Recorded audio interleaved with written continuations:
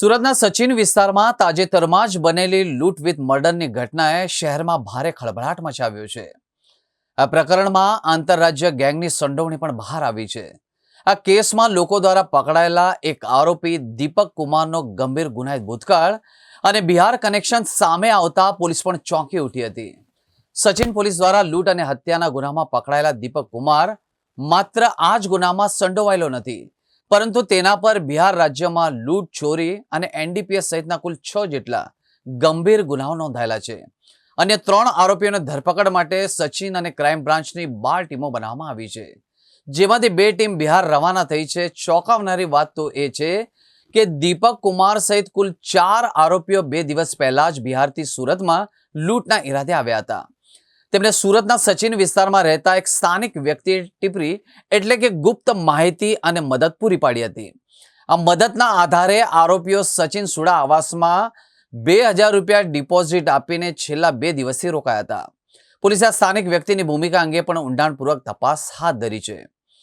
લૂંટ દરમિયાન જ્વેલર્સ આશિષ રાજપરા પર જે રિવોલ્વરથી ગોળી ચલાવવામાં આવી હતી, તે રિવોલ્વર પણ સચિન પોલીસને મળી ગઈ હતી। જ્યારે લૂંટારુઓ ઘટના સ્થળેથી નાસી ગયા ત્યારે લોકોએ દીપક કુમારને પકડી પાડ્યો હતો અને તેને ઢોર માર માર્યો હતો। આ ભાગદોડ અને મારપીટ દરમિયાન જ તે રિવોલ્વર નજીકના કચરાના ઢગલા પર નીચે પડી ગઈ હતી। પોલીસે તાત્કાલિક તપાસ હાથ ધરતા આ હેન્ડમેડ રિવોલ્વર મળી આવી હતી, જે આરોપીઓ બિહારથી લઈને આવ્યા હોવાનું જાણવા પણ મળ્યું છે। પોલીસે આ રિવોલ્વર કબજે કરી લીધી છે। હાલમાં દીપક કુમાર પોલીસની ગિરફ્તમાં છે, જ્યારે આ પ્રકરણમાં સામેલ અન્ય 3 લૂંટારો હજી પણ ફરાર છે। પોલીસે તેમને પકડવા માટે સઘન તપાસ અને નાકાબંધી પણ શરૂ કરી છે। સુરત સચિન પોલીસ અને ક્રાઇમ બ્રાન્ચે 15 ટીમો બનાવીને તપાસ હાથ ધરી છે। આરોપીએ લૂંટની ઘટનાને અંજામ આપતા પહેલા સંપૂર્ણ રેકી કરી હતી અને સ્થાનિકની મદદથી સુડા આવાસમાં રોકાઈને તેણે કદાચ જ્વેલરી શોપના કર્મચારીઓના દૈનિક ગતિવિધિઓ પર પણ નજર રાખી હતી। આજે સચિન પોલીસ સ્ટેશન વિસ્તારમાં સ્ટેશન બજારમાં એક શ્રીનાથજી જ્વેલર્સ કરી અને શોરૂમ આવેલો છે। એમાં રાત્રિના 8:30 થી 9:45 વાગ્યાના અરસામાં એક 4 આરોપીઓ ફાયરઆર્મ સાથે લૂંટ કરવાના ઈરાદે આ જ્વેલરીના શોરૂમમાં આવેલા હતા અને એમણે ત્યાંથી લૂંટ કરેલી હતી અને ત્યાંથી જે જ્વેલરી શોરૂમમાં હાજર આશિષભાઈ મહેશભાઈ રાજપરા જે હાજર હતા એમને પ્રતિકાર કર્યો। તો આરોપીઓ પૈકીના એક આરોપીએ જે વિક્ટિમ જે છે આશિષભાઈ મહેશભાઈ રાજપરા એમના ઉપર 2 રાઉન્ડ ફાયર કર્યા। 2 રાઉન્ડ ફાયર જે થયા તો એમાં વિક્ટિમ જે છે આશિષભાઈ એમના છાતીના ભાગે બંને 2 બુલેટ લાગી।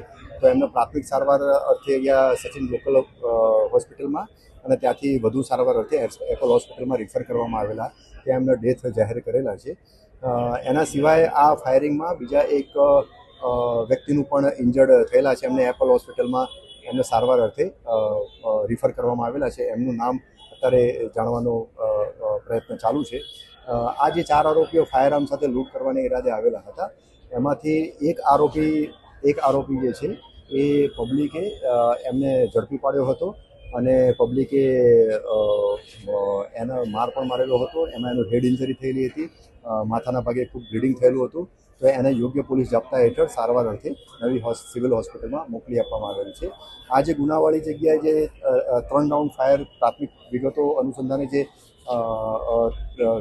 મળી છે એ અનુસંધાને 3 રાઉન્ડ ફાયર થયેલા એવી હકીકત મળી આવેલી છે અને આ બાબતે 3 ખાલી કેસીસ પણ ગુનાવાળી જગ્યાએ મળી આવેલા છે।